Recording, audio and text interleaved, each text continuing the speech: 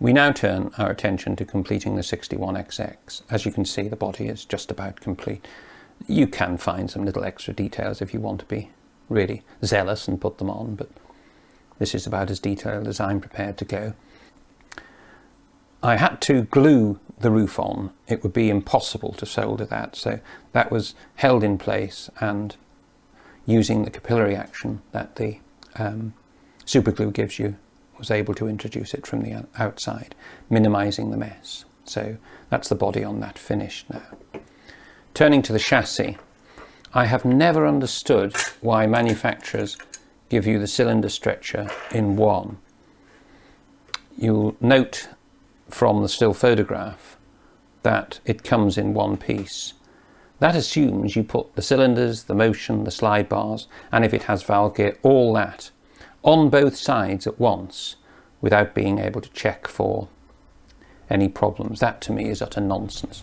So I always add the cylinders and the motion one side at a time. It's dead easy to do. That's just been cut with a piercing saw. I've assembled all this. These are etchings with a stretcher and a wrapper made of brass, bent using the same things that we used to make part of the body on the 4F. The connecting rod is cast metal. You do get with this kit an etched one, but the prototypes had a very, very hefty big end and little end and connecting rod. Now, it's absolutely vital that this fits without any friction and interference. There must be no jamming at all, and that can only be done with care. There's a 14BA nut and bolt, and that's soldered so that it's captured, but obviously the little end still moves. But at every stage that must be very, very smooth. If it isn't, then you have to sort of widen it or take a little bit out of the inside of the crosshead slipper. Slide bars are made from this. It's about 1.5 mil, 2 mil, about 2 mil nickel silver strip that's supplied. You have to cut it to length, and the easiest way to manage that is to cut it down. If you notice here, this is at the maximum rear sort of travel of the motion, and the ends of the slide bars, as on the prototype, should just be level with the end of the crosshead slipper. If you have them too long, you'll foul the connecting rod. So what we do is put these on. Another thing that needs note is the clearances here are very, very tight indeed. The whole travel of this little end is in front of the motion of the front crank pin, and unless you give enough movement there, enough clearance there, you will have real problems. How people in EM get on modelling these, I don't know. Well, I do know because I've done it myself. You have to shave these crank pin washers absolutely dead thin. So we put this in position. Now I'm going to cheat here. I'm going to give myself just a tiny bit more clearance.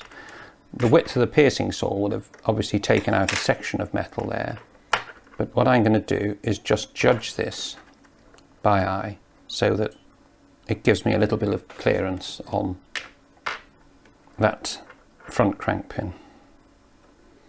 It fits in a slot that's provided on the chassis, so you just sort of get it into position. Now this really is just a tack joint to begin with.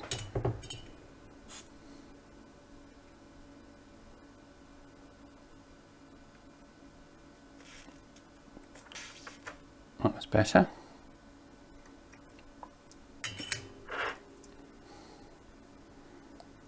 Now just check that clearance.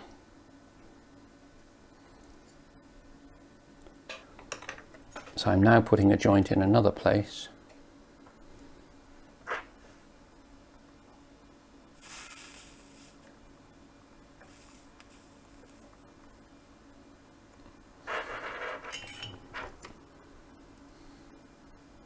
So I say, don't worry if those joints aren't brilliant. You can tweak these. There we are, and you can see the clearance there.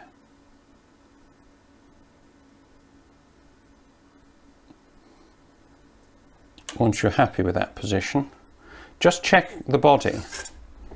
It's all well and good putting the cylinders together and then you find for some obscure reason they don't fit on the chassis. But that seems to be okay. They're not too wide anyway.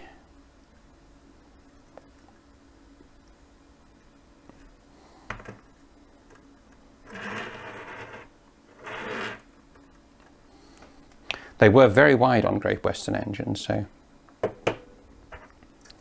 that seems to be fine. Right, what I can do next is make a more permanent series of joints. Clever people will attach the stretcher with screws and nuts and bolts. You know, I'm not that clever, but it's very easy to get it off with a couple of dabs with a soldering iron should you require in future.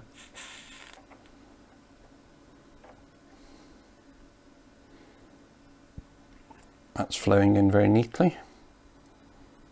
And then we can make a better joint here. You don't want absolute masses of solder, just enough to hold it into position.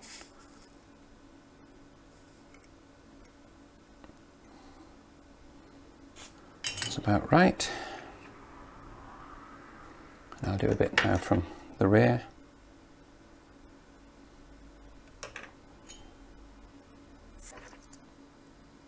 The next job is to check that there's no interference anywhere.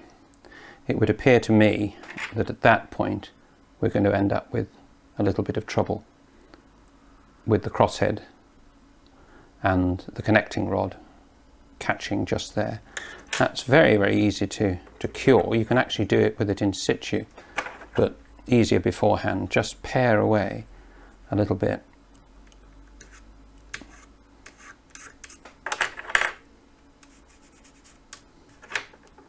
And then the next job will be to check this under power and then fix it like that side.